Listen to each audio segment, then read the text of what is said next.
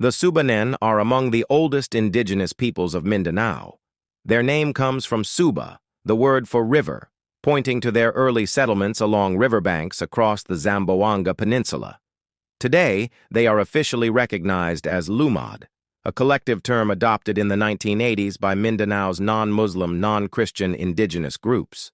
Before Visayan settlers and Muslim sultanates arrived, the Subanen occupied much of the Zamboanga lowlands.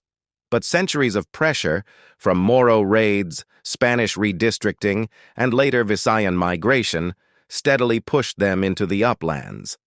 Now they are mostly found in the mountainous interiors of Zamboanga del Norte, Zamboanga del Sur, Sibugay, and parts of Bukidnon and Misamis Occidental.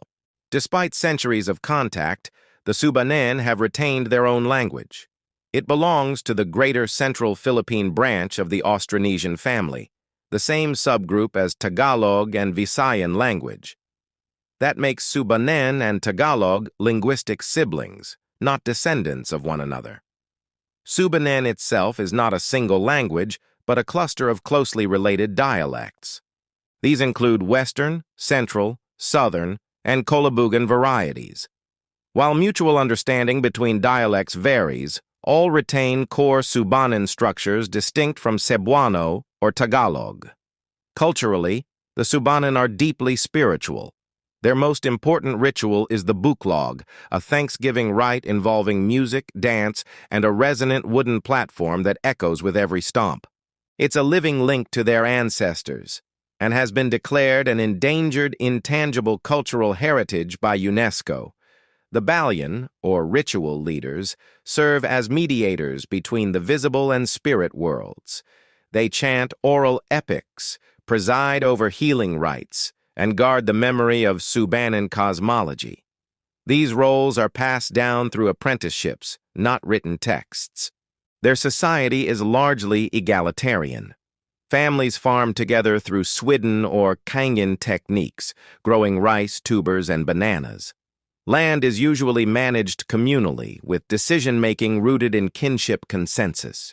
Marriage practices include bride price negotiations, but these are collaborative, not coercive. Religious affiliation varies. Some Subanen have become Christian or Muslim, but their identity is shaped more by land, ritual, and kinship than by formal religion. Today, they face serious threats from logging, mining, and state neglect. But some communities have begun to reclaim their ancestral domain rights under Philippine law. Programs in Subanen majority towns, including IP education and land mapping, have helped restore both voice and visibility. The Subanen story is one of endurance. Long before the Spaniards came or Mindanao was carved into provinces, the Subanen had already been there, living in rhythm with river, forest, and mountain. And against the odds, they still are.